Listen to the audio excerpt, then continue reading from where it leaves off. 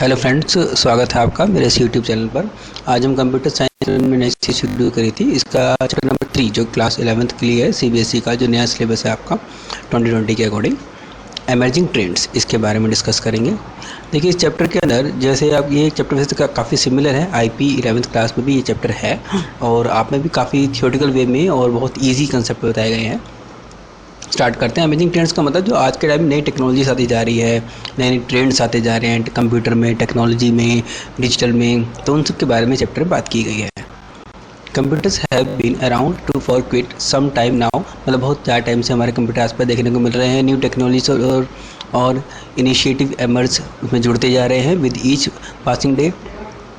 In order to understand the existing technology and have a better view for the development around us, we must keep an eye on the emerging trends. हमें उन चीज़ों को ध्यान रखना पड़ेगा जो आसपास हमारे घटित हो रही है, नई नई चीज़ें, नई नई टेक्नोलॉजी आ रही है। Many new technologies are introduced almost every day. Some of these do not succeed and fade away over time. कुछ सक्सीड होती है, कुछ सक्सीड नहीं होती और कुछ टाइम के बाद वो चली जाती है, सक्सेसफुल नहीं हो पाती, लोगों को पसंद नहीं आती, यूज़फुल नहीं लगती। Some of these new technologies prosper and persist over time, कुछ टाइम तक रुकती है, gaining attention from the user. Emerging trends are the state of art technology है, बेसिकली ये टेक्नोलॉजीज़ के ऊपर स्टेट ऑफ आर्ट है, which gain popularity and set a new trends among users. ऐसी टेक्नोलॉजीज़ की बात हो रही है इसमें कि जिन्होंने गेन किया है पॉपुलैरिटी बहुत बड़ी है और नए ट्रेंड्स उसमें यूज़र्स के अंदर आए हैं। इस चैप्टर में इसी के बारे में बात करेंगे, जैसे कि trend that we have huge impact on the future, जैसे ऑन डिजिटल इकोनॉमी के अंदर जो फ़र्क पड़ता जा रहा है, and interactions in digital societies, ये सब आगे डिस्कस इस चैप्टर में किया जाएगा। नेक्स्ट देखते हैं, फर्स्ट आपका इंपॉर्टेंट टॉपिक है that is artificial intelligence, AI. आपने इसके बारे में ज़रूर सुना होगा। Have you ever wondered how maps in your smartphone are able to guide you at the take of the fastest routes through that destination by analysing real time data such as traffic congestions. जैसे आपने Google map पे देखा होगा, आपका traffic congestions के बारे में बता देता है कहाँ पे क्या है, या पे स्मार्टफोन के जरिए आ जाता है।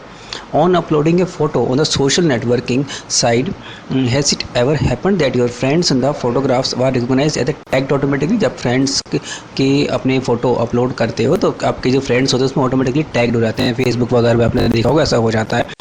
These are some of the examples of application of artificial intelligence. यही आपका artificial intelligence के examples माने जाएंगे। The intelligence digital personal assistants like the Siri, Google Now, Cortana, Alexa and all powered by AI। ये आपको नाम थोड़ा ध्यान रखने हैं। बेसिकली ये कंसेप्ट है क्या, artificial intelligence endeavours to simulate the natural intelligence. देखो, सिमुलेट करना मतलब एक साथ चलाना, जैसा प्रतीत करना कि natural intelligence of the human beings का वो नेचुरल इंटेलिजेंस लेके आएगा into machines, thus making them behave intelligently, ताकि वो इंटेलिजेंटली बिहेव कर सके। An intelligent machine is suppose to imitate some of the cognitive functions of humans like learning. जैसे कुछ फंक्शंस आपके लर्निंग के हैं, decision making and problem solving के, वो सब इसमें कर सकते हैं वो। To in order to make machines perform task with minimum human intervention. उसमें आर्टिफिशियल इंटेलिजेंस में ये ध्यान रखना मेन ज़रूरी होता है कि वो मिनिमम ह्यूमन इंटरवेंशन चाहता है, कि ह्यूमन का इंटरफेरेंस कम से कम हो।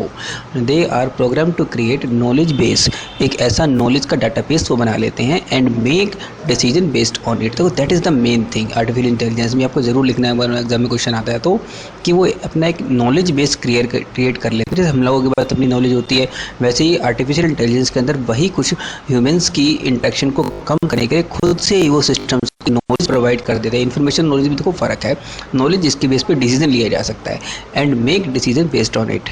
Artificial intelligence systems can also learn from past experiences जैसे ह्यूमन सीखते हैं वैसे ये सिस्टम सीखते हैं, और outcomes to make new decision, ताकि न्यू डिसीजन लिए जा सके। अब देखिए, मशीन लर्निंग में क्या होता है। Basically machine learning is a सब सिस्टम ऑफ आर्टिफिशियल इंटेलिजेंस का एक पार्ट है ये, wherein computers have the ability to learn from data using statistical techniques।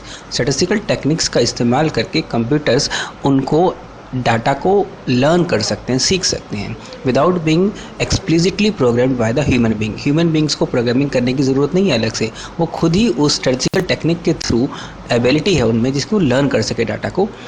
In comprise algorithm that use data to learn on their own, अपने आप, देखो there own, अपने आप वो डाटा को रीड कर पाए, ऐसे एल्गोरिथम्स बनाई जाती हैं। And make predictions, these algorithms called the models, इन्हीं को मॉडल्स बोला जाता है। Are first trained and tested using a train data, पहले उनको ट्रेन किया जाता है और टेस्टेड किया जाता है using A training data and testing data respectively. After successive training, once these models are able to give results to an acceptable level, जब एक acceptable level तक वो आ जाता है accuracy उसमें, they are used to make predictions about new and unknown data, new और unknown data के ऊपर वो अपने आप ही वर्क कर लेते हैं, उसको गैदर कर सकते हैं, लर्न कर सकते हैं, क्योंकि वो इसके लिए कैपेबल बन चुके हैं। नेक्स्ट देखते हैं, that is NLP, natural language processing, the predictive typing features of search engine. जैसे अब देखो प्रिडिक्ट कर लेता है, अपने जब टाइप करते हैं अपने आप हमें हिंट देता रहता है कि आप ये टाइप करना चाहते हो, ये आपके लिए ये ठीक रहेगा। That helps us to suggesting the new word, जैसे गूगल में आप टाइप करते हो, सर्च करते हो, आपका नीचे न्यू वर्ड्स अपने आप ही सर्च में सजेशन में दिखाता रहता है। In the sentence while typing the key words and spell checking feature, जो ऑटोमेटिकली स्पेल्स के बारे में बताता है, जो आपने मान लो कि स्पेलिंग गलत लिखी है तो उसके बारे में वो बताता है। Are examples of natural language processing, ये सब इसके एग्जाम्पल्स माने जाते हैं। इंपॉर्टेंट पॉइंट है स्टार्टिंग वाला ही, it deals with the interactions between the humans and the computers using human spoken language. किसके थ्रू करेगा वो? ह्यूमन जो स्पोक करता है लैंग्वेज उसके थ्रू, सच एज हिंदी या इंग्लिश और जो भी इंटरनेशनल लैंग्वेज है उन सबकी बात हो रही है। It is possible to search the web or operate or control our devices like using our voice। हम अपनी आवाज़ से डिवाइसेस को कंट्रोल भी कर सकते हैं, सर्च भी कर सकते हैं और ऑपरेट भी कर सकते हैं। देखो जैसे यहाँ फिगर में दिखाया गया है, एक पर्सन जो है नेचुरल लैंग्वेज प्रोसेसिंग के तहत वो कुछ बोल रहा है, उसको बोलने से वो पर्टिकुलर डिवाइस उसको समझ रही है कि वो क्या बोल रहा है और उसके अकॉर्डिंग वो आगे इंस्ट्रक्शन फॉलो करेगी। All this has the possible by the NLP an NLP system can perform text to speech, text को स्पीच में कन्वर्ट करना और स्पीच को टेक्स्ट में कन्वर्जन करना एज डिस्पाइट फिगर में दिखाया गया है। Machine translation is a rapidly emerging fields है, वेयर बढ़ती जा रही है मशीन ट्रांसलेशन बहुत ज़्यादा। Machines are already able to translate text, machines खुद कैपेबल हो चुकी हैं जो को ट्रांसलेट कर सके from one language to another with fair amount of correctness. But तो इनको फेयर अमाउंट ऑफ करेक्टनेस मतलब कि एक ठीक ठाक लेवल तक करेक्टनेस जो एक्सेप्टेबल हो, जिसका कुछ यूज़ हो। उसको एक्यूरेट तो बिल्कुल नहीं कर पाएगी जब मशीन करेगी तो, लेकिन कुछ लेवल तक वो ठीक कर देती है, अराउंड 50, 60, 70% तक कुछ ना कुछ एरर्स में तो रहता ही है जो ह्यूमंस को आपको एक बार रीचेक करना पड़ता है। Another emerging application area is automated customer service, जो है आपका where a computer software can interact with the customers to serve their queries and complaints. Computer system पूरा ही है जो पूरे कस्टमर्स की क्वेरीज को सर्व कर रहा है और कंप्लेंट्स को। अब नेक्स्ट देखते हैं immersive experiences with the 3 dimensional videography, जो आपका 3D वीडियोग्राफी आजकल आ गई है। The joy of watching movies in theatres has reach to the new level, नए लेवल बढ़ गया, बिल्कुल आपको रियलिटी लगता है कि रियल लगता है, रियल सब कुछ हो रहा है, आप उसी इन्वायरमेंट में चले गए। That is the main theme of 3D। Video games are also being developed to provide immersive experience to the player, अच्छे से एक्सपीरियंस उसको मिले, एक्चुअल नेचुरल एक्सपीरियंस मिले। Immersive experience allow the visualise, feel and react by stimulating our sense, हमारे sense के according उसको वो stimulate करता है, विजुलाइज करता है, फील कराता है हमें कि ऐसा ही वहाँ हो रहा है। It enhance our interactions and involvements, interactions को भी बढ़ाता है और इन्वॉल्वमेंट बढ़ाता है, मेकिंग देम मोर रियलिस्टिक, हमें काफ़ी रियल लगता है। And emerging immersive experience have been used in the fields of training में यूज़ किया जाता है, सच एज ड्राइविंग सिमुलेशन। देखो यहाँ पे दिखा रखा है इन्होंने, एक पर्टिकुलर ड्राइवर है वो स्टिमुलेट कर रहा है, सामने स्क्रीन्स लगी हुई हैं, उसके थ्रू स्टिमुलेट कर पा रहा है, समझ पा रहा है कि ड्राइविंग कैसे करने, किस परिस्थिति में, किस सिचुएशन में कैसे ड्राइविंग करने, तो ट्रेनिंग मिल रही है। ठीक है, फ्लाइट सिमुलेटर्स भी इसमें हम यूज़ करते हैं बहुत ज़्यादा। And so immersive experience can be achieved using virtual reality and augmented reality, इनके बारे में चीज़ डिस्क्राइब किया गया क्या चीज़ होती है। देखो वर्चुअल रियलिटी क्या होता है, देखो आपने VR हेडसेट ज़रूर देखे होंगे या सुने होंगे, जिसमें आप देख के ऐसा अनुभव आपको होता है कि आप उस पर्टिकुलर इन्वायरमेंट में खुद ही चले गए हो। Everything that we experience in our reality is perceived through the our senses. हमारे जो सेंस होते हैं दिमाग के, हमारी बॉडी के, जो समझ पाते हैं, उसको महसूस कर पाते हैं, उनके थ्रू होता है experience. From this came to the idea that if we are present our senses with made up or non real information के रिकॉर्डिंग, अगर हम उस सेंस को अपने कन्वर्ट कर लेते हैं, और perceptions of reality would also enter in response to that, उस केस में हमारा जो परसेप्शन है रियलिटी को समझने का वो भी बदल जाएगा, उसके अकॉर्डिंग वो रिस्पॉन्स करने लगेगा। VR जो आपका virtual reality is the 3 dimensional computer generated situations हैं जो कंप्यूटर ने जनरेट करी है, that stimulates the real world. Real world को बिल्कुल एज इट इज़ आपके सामने रख देता है। आपको ऐसा अनुभव होता है, आपको ऐसा एक्सपीरियंस होता है कि आप रियल वर्ल्ड में ही उन चीज़ों के अंदर अपने आप को फील करोगे, उनका अनुभव करोगे, उनको एक्सपीरियंस लोगे। The user can interact with and explore the environment by getting immersed in it, उसके अंदर शामिल होके, while interacting with the objects and other actions of the users, उसके थ्रू कर सकता है वो। At present it is achieved with the help of VR headset, जैसे यहाँ पे दिखाया गया है, इसके थ्रू कर सकते हैं। In order to make the experience of VR more realistic, it promotes other sensory information like sound, smells भी इसके अंदर आज करने लग गया है, motion, temperature etcetera. It is comparatively new fields and has found its applications in gaming के अंदर ज़्यादा इसका इस्तेमाल किया जाता है एंटरटेनमेंट पर्पज से। मिलिट्री ट्रेनिंग में भी कर सकते हैं, इसके अलावा मेडिकल प्रोसीजर्स में भी किया जा सकता है, entertainment, social science and physiology, engineers and other areas, engineering and other areas where stimulations is needed, जहाँ पर उसको स्टिमुलेट करने की ज़रूरत हो वहाँ पर इसका किया जा सकता है, for better understanding and learning. आगे देखते हैं ऑगमेंटेड रियलिटी क्या होता है। The supreme positions of the computer generated perceptual information, ऐसी इन्फॉर्मेशन जो आपको बिल्कुल एज इट इज़ लगेगी, over the existing physical surrounding, जो आसपास के आपके फिजिकल सराउंडिंग होगी उसके अकॉर्डिंग जो स्मार्टफोन पे दिखाया गया है, वो इनकी फ़ोटो खींच के पता लगा रहा है कौन सी चीज़ क्या है। In called the augmented reality. It adds components of digital worlds to the physical world, physical world के साथ डिजिटल वर्ल्ड के कंपोनेंट्स को वो ऐड कर देता है, along with the associated tactiles and other sensory requirement, जो भी इसको ज़रूरत रहती है उसके अकॉर्डिंग पहचान सके, वो सब इसमें प्रोग्राम्ड होता है।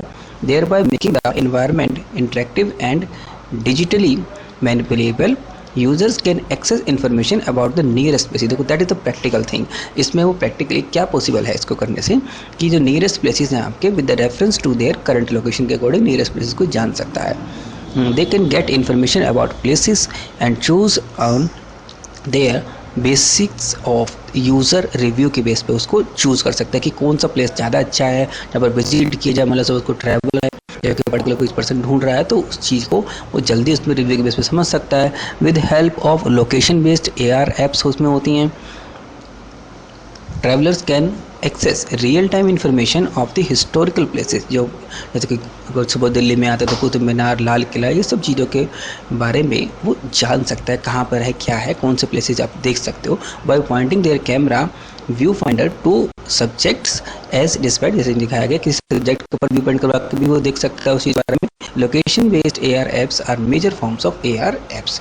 देखिए इसमें यहाँ पे थोड़ा सा अच्छा टॉपिक बताया गया है कि unlike virtual reality, the augmented reality does not create something new, कुछ नया नहीं बनाती है, it just alter or augmented the perceptions of the underlying physical world के अकॉर्डिंग चलता है through additional information। नेक्स्ट इसमें देखते हैं, that is the robotics। A robot is basically a machine which is capable of carrying out one और more task automatically perform कर सकता है विद एक्यूरेसी एंड परसेप्शन के बेस पे। एक्यूरेसी भी उसमें बहुत ज़रूरी है, परसेप्शन भी, इसको जो अच्छे से स्थिति को भांप सके कैसे क्या करना है। Unlike other machines A robot is programmed by the computer, computer के थ्रू प्रोग्राम किया जाता है, which means it can follow the instructions given through the computer के थ्रू जो इंस्ट्रक्शन दी गई है उसको फॉलो करता है। Robots were initially conceptualized for doing repetitive industrial task, मतलब देखो रिपीटेटिव इंडस्ट्रियल टास्क का मतलब हुआ जैसे कि जो कोई इंडस्ट्री है उसके अंदर कुछ ऐसे रोबोट शुरू में बनाए गए थे जो एक पर्टिकुलर टास्क को जो पूरा दिन करना है उसको एम्प्लॉयज़ को हटाकर, लेबर्स को हटाकर वो हार्ड वर्क खुद ही कर पाए। दैट आर बोरिंग और स्ट्रेसफुल फॉर द ह्यूमन, जो बोर करे ह्यूमंस को या फिर स्ट्रेस दे उनकी जगह रोबोट्स को लगाया गया। और वह लेबर इंटेंसिव हो। Sensors are one of the prime components of the robot. देखो सेंसर्स का मेन काम होता है रोबोट्स में, अगर सेंसर्स नहीं होंगे तो रोबोट नहीं रहेगा। Robot can be of many types such as wheeled robot, जो पैरों से व्हील्स लगे होते चलते हैं। फिर लेग्ड रोबोट्स, पैरों से पूरे पैर उसमें होते हैं। फिर मैनिपुलेटर्स एंड ह्यूमनाइड्स। देखिए सभी चीज़ बताया गया है। Robots that resembles humans are known as humanoids. Humanoids कौन से होते हैं? जो ह्यूमंस का पूरा एज इट इज़ आपको देखने लगेगा कि ह्यूमन ही है, ठीक है। Robots are being used in industries, medical science, bionics, scientific research and military, इन सब के अंदर इसका इस्तेमाल किया जाता है। सम एग्जांपल देखिए क्या अच्छी तरीके से बताया गया है। नासा का मार्स एक्सप्लोरेशंस रोवर MER, देखिए यहाँ पे दिखाया गया है मार्स के ऊपर जिन्होंने भेजा था। Mission is a robotic space mission to study about the planets Mars. Mars की स्टडी करने के लिए इसको बनाया गया था। एक देखिए सोफिया, एक बहुत ही फेमस है ये robots, is an humanoid, basically human का तो जैसे देखने में बराबर लगता है।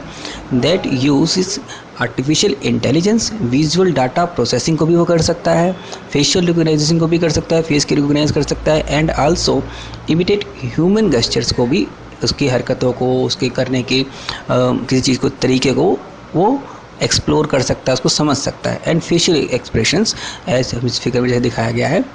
ये ड्रोन, देखिए ड्रोन तो आपने कॉमनली देखा होगा, इस टाइप का ड्रोन होता है। इज़ एन अनमैनेज्ड एयरक्राफ्ट होता है which can be remotely control, जिसे रिमोटली कंट्रोल किया जाता है, और can fly autonomous through the software control flight plans के थ्रू, वो सॉफ्टवेयर के कंट्रोल करके उसको प्लानिंग करके आप उसको फ्लाइट करा सकते हो, फ्लाई करवा सकते हो। In their embedded system working in congestions with the on board sensors रहते हैं बहुत सारे इसके अंदर, एंड GPS लोकेशन भी चाहिए होती है, तभी तो वो पर्टिकुलर एक प्लेस को ढूंढ पाएगा कहाँ से कहाँ जाना है। They are being used in many field such as journalism में यूज़ किया जाता है, फिल्मिंग में यूज़ किया जाता है, एंड एरियल फोटोग्राफी में भी इसका इस्तेमाल किया जाता है। Shipping and delivering of short distance को, छोटे मोटे प्रोडक्ट्स को आपको शॉर्ट डिस्टेंस भेजना, उसके लिए आजकल इसका इस्तेमाल किया जाता है। डिज़ास्टर मैनेजमेंट में तो बहुत इस्तेमाल होता है इसका, कहीं पे कुछ घटना हो गई, नेचुरल डिज़ास्टर हो गया, वहाँ पर इसको ड्रोन्स की हेल्प से देखा जा सकता है, समझा जा सकता है कहाँ पे क्या हुआ है। सर्च एंड रेस्क्यू ऑपरेशन में इसका इस्तेमाल किया जाता है। Health care, geographic mapping and structural safety inspections में भी इसका इस्तेमाल किया जाता है, सेफ्टी। फिर इसके अलावा एग्रीकल्चर, वाइल्ड मॉनिटरिंग और पोचिंग, मतलब कोई मान लो जंगली जानवर को पकड़ के मार रहा है या उनको पकड़ रहा है किसी भी कमर्शियल यूज़ के लिए, तो उसके लिए भी इसका इस्तेमाल किया जाता है, निगरानी रखने के लिए। Besides law enforcements and border patrolling में भी इसका इस्तेमाल किया जाता है। अब देखिए नेक्स्ट कंसेप्ट है आपका बिग डाटा से रिलेटेड। आज के टाइम में डाटा बहुत बढ़ता जा रहा है, उसका साइज़ इंक्रीज़ होता जा रहा है, तो उससे ऑब्वियसली उसको मैनेज करना भी एक कॉम्प्लेक्स टास्क हो गई है। With technology making an inroad into the almost every sphere of our life, data is being produced at a colossal rate, बहुत तेज़ी से बढ़ता जा रहा है। Today there are over a billions users, internet users हैं, and a majority of world's web traffic is coming from the smartphone से आ रहा है। देखिए इस फिगर्स में देखो दिखाया अच्छी तरीके से कि बेसिकली क्या हो रहा है आज के टाइम में, कि जैसे कि आपका देखो इन सेकंड्स 60 सेकंड में दिखाया, 1 मिनट के अंदर क्या क्या हो रहा है। SIP के अंदर आपकी इतनी कॉल्स आ रही हैं, इतने इसमें अपडेट किए जा रहे हैं, फेसबुक पे, व्हाट्सएप पे देखिए इतने मैसेज सेंड किए जा रहे हैं, ट्विटर पे आपका ये स्टेटस है, इसके अलावा एक मैसेंजर पे इतना स्टेटस है, लाइक एंड ID पे इतना है, गूगल के जो आपका प्ले स्टोर वगैरह है, एप्पल का, इन सब पे इतनी ऐप्स डाउनलोड की जा रही है, नेटफ्लिक्स पे इतने घंटे का वॉच टाइम आ रहा है आपका। इसके अलावा विकीपीडिया में 5 लाख पेजेस व्यू किए जा रहे हैं, 60 सेकंड की बात हो रही है। यूट्यूब में इतने मिलियंस वीडियो देखे जा रहे हैं, पोस्ट अपलोड की जा रही है इंस्टाग्राम पे, गूगल में सर्च हो रहा है, ईमेल्स को आपको सेंड किया जा रहा है इतना सारा, फिर आपका स्नैप क्रिएटर इसके अंदर ये सब आ रहा है 1.8 मिलियंस तो ओवरऑल मतलब हर सेकंड हर मिनट डाटा बढ़ता ही जा रहा है और उसको मैनेज करना show that at the current pace around 2.5 quintillion bytes of data are created each day. इतना डाटा आपका हर डे क्रिएट हो रहा है and the pace is increasing with the continuous evolutions of internet of things की वजह से ये बढ़ता ही जा रहा है। जैसे इंटरनेट लोग ज़्यादा इस्तेमाल कर रहे हैं अलग डिवाइसेस में, अलग कंपोनेंट्स में, तो ये चीज़ बढ़ती ही जा रही है। This results in the generations of data sets of enormous volume, बहुत ज़्यादा वॉल्यूम का डाटा बढ़ता जा रहा है, and complexity called big data, जिसमें कम्प्लेक्सिटी बढ़ेगी इसको मैनेज करने में, तो that is called the big data. Such data can not be processed and analysed using traditional data processing tool से नहीं कर सकते, as the data is not only voluminous है but also unstructured like over post, instant messages and chats, photographs that we share through the various sites. इन की तरह वो structured नहीं है, अनस्ट्रक्चर्ड वे में है, कहीं पे किसी वे में डाटा है, किसी वे में डाटा है।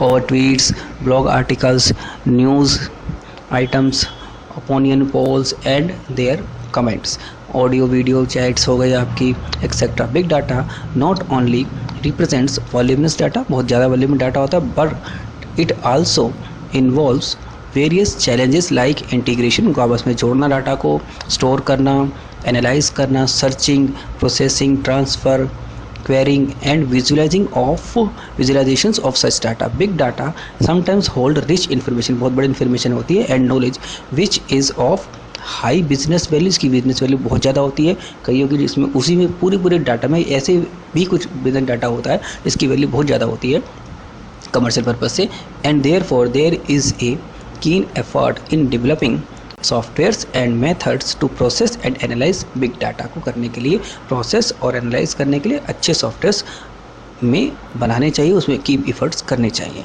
अब देखते हैं नेक्स्ट, देखते हैं कैरेक्टरिस्टिक्स क्या होती है इस बिग डाटा की। 5 मेन कैरेक्टरिस्टिक्स होती है, देखिए नीचे बताई गई है। फर्स्ट इसमें बात हो रही है वॉल्यूम की। वॉल्यूम देखो इसके बहुत ज़्यादा होती है, देखो वही 5 होते हैं कंसेप्ट इसके, वॉल्यूम बहुत ज़्यादा होती है। The most prominent characteristic the big data is that the enormous size, बहुत बड़ा साइज होता है। If a particular data set is of such large size that is difficult to process करना डिफिकल्ट हो जाएगा। With traditional database management tools, DBMS tools के through करना manage बहुत दिक्कत होगी। नेक्स्ट देखते हैं velocity. It represent the rate at which the data under consideration, rate की बात हो रही है, are being generated and stored, कितनी रेट से डाटा आपका अंडर आ रहा है कंसिडरेशन में। Big data has an exponentially higher rate of generation, बहुत तेज़ी से बढ़ता है वो, देन ट्रेडिशनल डाटा सेट्स। फिर नेक्स्ट आ रहा है variety. In asserts that a data sets have the varied data such as इसमें स्ट्रक्चर्ड भी होता है, सेमी स्ट्रक्चर्ड, अनस्ट्रक्चर्ड, सब तरह का डाटा होता है। ये हम पिछले क्लास में डिस्कस कर चुके हैं आपका, जो इससे पिछले चैप्टर था उसमें था डिटेल डाटा के वे में होता है। टेक्स्ट, इमेजेस, वीडियो सब हो सकते हैं, वेब पेजेस भी हो सकते हैं। फिर नेक्स्ट देखते हैं veracity. Big data can be sometimes inconsistent, मतलब कभी है कभी नहीं है, इनकन्सिस्टेंट स्टेट पे होता है वो, कितना डाटा है कितना नहीं है उसकी अब एक एक्चुअल स्टेटिक स्टेट नहीं बता सकते, उसे इनकन्सिस्टेंसी कहते हैं। बायस्ड भी हो सकता है, नॉइजी भी हो सकता है, उसमें कुछ एरर्स हो सकती हैं, और there can be abnormalities in the data or issues with the data collection methods में हो सकता है। Veracity refers to the trust worthiness, मतलब कितना आपसे भरोसा कर सकते हो the data, because processing such incorrect data can give wrong result, अगर आप इनकरेक्ट डाटा को प्रोसेस करोगे तो रिजल्ट भी गलत ही आएंगे, और मिसलीड द इंटरप्रिटेशंस को, मिसलीड मतलब कि आपको अनगाइड, गलत तरीके से गाइड कर सकता है। नेक्स्ट एक कैरेक्टरिस्टिक और है, दैट इज़ वैल्यू।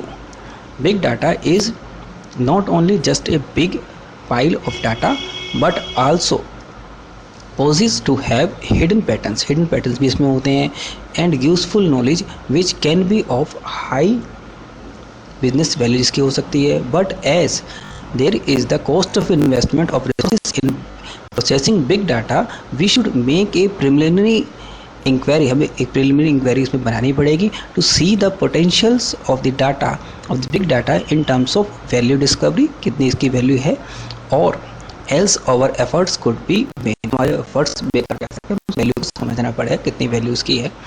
नेक्स्ट देखते हैं data analyse. Data analytics is the process of examining, देखो डाटा एनालिटिक्स का मतलब है प्रोसेस करना, of examining data sets in order to draw conclusion, जिसके बेस पर हम डिसीजन कंक्लूजन निकाल सके about the information they contain, क्या इन्फॉर्मेशन है उसको प्रोसेस करके समझ कर हम कंक्लूजन निकाल सकते हैं। That is called data analytics with the aid of specialised systems and software की ऑब्वियसली जरूरत पड़ेगी। Data analytics technologies and techniques are becoming popular, day by day popular होती जा रही है। They are used in commercial industries to enable organisations to make more informed business decisions, ज़्यादा informed business decision उसमें रहेंगे। In the field of science and technology it can be useful for researchers के लिए useful हो सकता है to verify और disapprove scientific models को अप्रूव या डिसअप्रूव करना। थ्योरीज एंड हाइपोथेसिस, पांडा देखो सबसे बढ़िया इसका example, pandas is a library of programming language. ये आप आगे पढ़ोगे पांडास के बारे में, एक पाइथन के अंदर ये टॉपिक है आपका डाटा स्ट्रक्चर वाला। Pythons that can be used as a tool to make data analytics much similar, इसके लिए कि टूल बनाएगा, मतलब डाटा एनालिटिक्स का मतलब हुआ उसको प्रोसेस करना, कंक्लूजन निकालना डाटा में से। नेक्स्ट चलो ठीक है, बाकी आपका 3.4 से हम नेक्स्ट वीडियो में डिस्कस करेंगे। अगर आपको देखो वीडियो पसंद आता है तो मेरा लाइक ज़रूर कीजिए, चैनल को सब्सक्राइब कीजिए, ज़्यादा से ज़्यादा इसको शेयर कीजिए। अगर कोई आपकी क्वेरी है तो कमेंट्स में ज़रूर डालिए, मैं जल्द से जल्द इसका रिस्पॉन्स करूँगा। व्हाट्सअप नंबर मेरा इसमें है, अगर आपको कोई प्रॉब्लम आ रही है तो आप कभी व्हाट्सअप के में मैसेज करके पूछ सकते हैं। Thank you friends.